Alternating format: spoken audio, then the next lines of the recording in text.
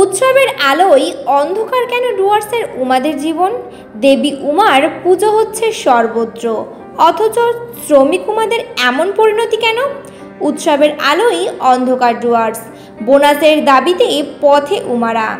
একদিকে রাজ্য জুড়ে উৎসবের আলোর ঝলকানি, মণ্ডপে দেবী উমার পুজো চলছে ধুমধাম করে, আর সেই সময়ে ডুয়ার্সে বাস্তবে উমাদের জীবন যেন আধারে ঢেকে গেছে। জলপাইগুড়ি জেলার মালবাজার মহকুমার মেটেলি থানার নাগেশ্বরী চা বাগানের শ্রমিকেরা বোনাস না পাওয়ায় ক্ষোভে আন্দোলনে নেমেছেন। স্বয়ং মুখ্যমন্ত্রী মমতা বন্দ্যোপাধ্যায় 20% বোনাস দেওয়ার নির্দেশ দিলেও মালিকপক্ষ সেই নির্দেশ মানেনি। ফলে শুক্রবার সকাল থেকে শুরু হওয়া এই আন্দোলন শনিবার বিকেল পর্যন্ত অব্যাহত রয়েছে।